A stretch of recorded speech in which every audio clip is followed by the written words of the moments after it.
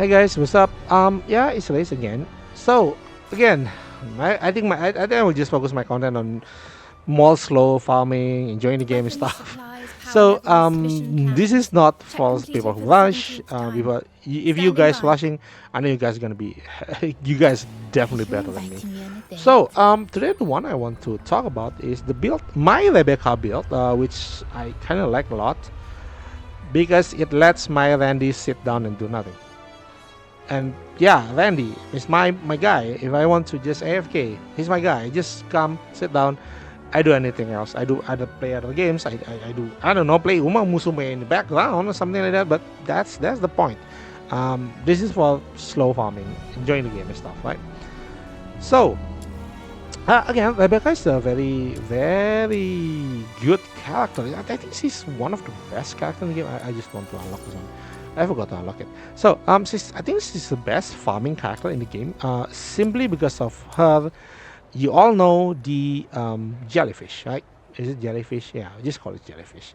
So the jellyfish actually have a very good AOE, and it actually inherits 100% of her stats, and this is very important. So there's a sanity cost, duration, and everything. So what from here you can see that there are two main things that you want from her other than the damage, right? You want to have a good duration, and you have to have skill range, right?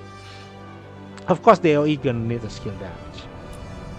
And her other ability, which is the Poison of Love, this one's like really pales in comparison to the summon. But it does give a stack for the Poison of Love, the poison, which is always good, right? And then finally, her passive, since speak Poison of Love, the poison status, and those who got Poison of Love gonna transfer their poison to their surroundings. So this can stacks up quite fast when you actually fighting a lot of opponents, right? And then when dealing with normal damage, the chance to have a Poison of Love afflicted, and then is dealing damage with Ladder Love Do will always trigger this effect, right? So this one, right? Dealing with this one, gonna trigger the effect. So it's great. Again, the effect trigger is 25%, and then finally, one of the not really important unless you are running a water team or like a Tabete. If you are running Tabete with her, which is Tabete is really good to actually complement her playstyle.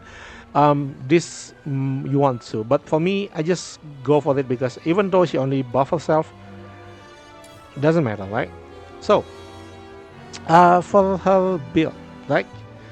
Her build that I really like is actually focusing more on range and damage. The duration, I don't really want to think much about duration because the sanity cost is low, and if you after you spam like 2 or 3 times, then you can just like kill the opponent quite fast, and then you can regain your jellyfish faster, right? If I you just see here, first of all, the one that I always go is the Frosty Torrent. Frosty Torrent is increasing allies attack, and which is very useful if you actually use her as support. Again, for me, I do think Rebecca is not supposed to be on main. I know. It sounds like it is, but she's so good that you don't actually need to control her. That's the point. And this character with Rebecca is like, of course, you will want to. If you like the character, of course, always go with you for it. But if you don't like the character, I do still heavily suggest you to actually use the Frosty Torrent. Oh no, sorry, her as a support because the AOE is just insane. So again, Frosty Torrent skill damage and also buff you. So I really suggest you actually use Frosty Torrent. The other option is actually Misty Veil. So Misty Veil gains attack speed boost, right? Hero characters gain attack speed boost depending on your attack speed and skill range. So this is more if you're making a Hydro team, but I will say that this one is more suitable to be put on Tabete, while this one's more on Rebecca. So you're running both of them, they're gonna start supporting each other, right? Then next, of course, Prime Serenity. You want to additional sanity. I mean, I think this one is almost a must especially in current state of the game. If you are in the mid, if you are in the late game, you might, I don't know, maybe you don't really need that. But for now, this one is one of the best. Every single character in your team should have this one, so you can spam your ability battle, which is very good. Then some, of course, Blaze, Spectrum, because this is gonna give you range and attack. And then again, Spectrum again. Anything with Spectrum is range, okay? So I can just put 2 Blaze here, right? Because I want the skill range. Then finally, maybe a bit of Volition, because Volition gonna give you max sanity, which you can just spam more of the jellyfish in one go, and also skill damage. Okay. If you want a bit risky, you can play around the omen and stuff, but I don't really recommend them because again, the effects is a bit too, the minus is a bit too much. Okay. Then again, you can go with you can have option whether you go with the sea wave, damage and duration, or you go again double down on range, which is the wildfire. I personally would say wildfire is the one that I would want to use, right? Because again, range, and here is skill damage and range.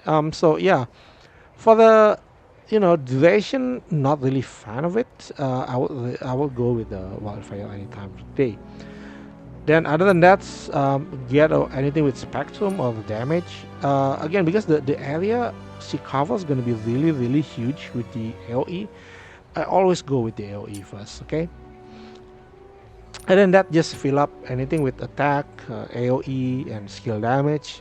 Duration is okay. If you want more duration, sure. But I do still feel like range is a bit too overpowered on her, okay? So for the melee weapon, it's not actually a must, but personally, I would go with this one again with skill range, because this is I'm playing her as a support. Okay, sorry. So I will go all out on the range. I go all out on the range, and when performing normal attack, this grants the attack speed increase for 15%. Effect is removed when switching weapons. So this is even more useful when you actually use her as support, because support only can bring one weapon, right? Not two. And that's great. That's great for her. For the million wedges, go with the what you call it again? The crit range, crit damage, and also attack. This is very standard. You can go with the commanding thrust. There's several actually, like this puncture.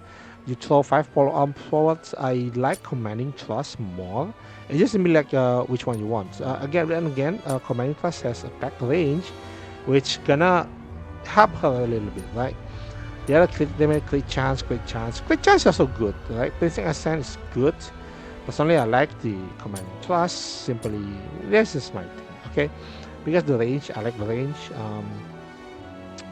Just she can hit a little bit farther because again, she is relying a lot on her jellyfishes, right?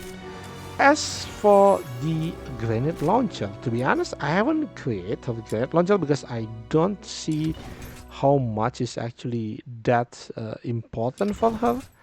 Again, the attack speed is gonna be good for her because the attack speed. I'm not really sure that how does it convert to the AOE of the jellyfish, but I do think it's affecting it a bit. Therefore, her signature weapon actually has attack speed, right? Then the crit damage is not really. The last one is skill range. Personally, if I want to go for it, I will go for the skill range again, because 36% skill range is nothing to scoff at. This is really good. So the thing is about Rebecca, she do not have consonance weapon, right? Because her jellyfish is not considered as consonance weapon, so she doesn't have that yet. So yeah, so this is my recommendation if you want to beat Rebecca as a support, like as someone that just played by AI. For the main ones, of course, you might want to play around with the skill damage more rather than the skill range, because you will be in charge most of the time. But if the AI is in the charge most of the time, you would want to give her more skill range. So yeah, that's all for me today. Let me know what you think. Again, I think I'm gonna focus my content more on slow farming, easy farming, like slowing down, not rushing anything. Like so, if you want, I really appreciate if you can comment and like and subscribe. Then also press that notification buttons, and yeah, that's all for me today. Bye bye.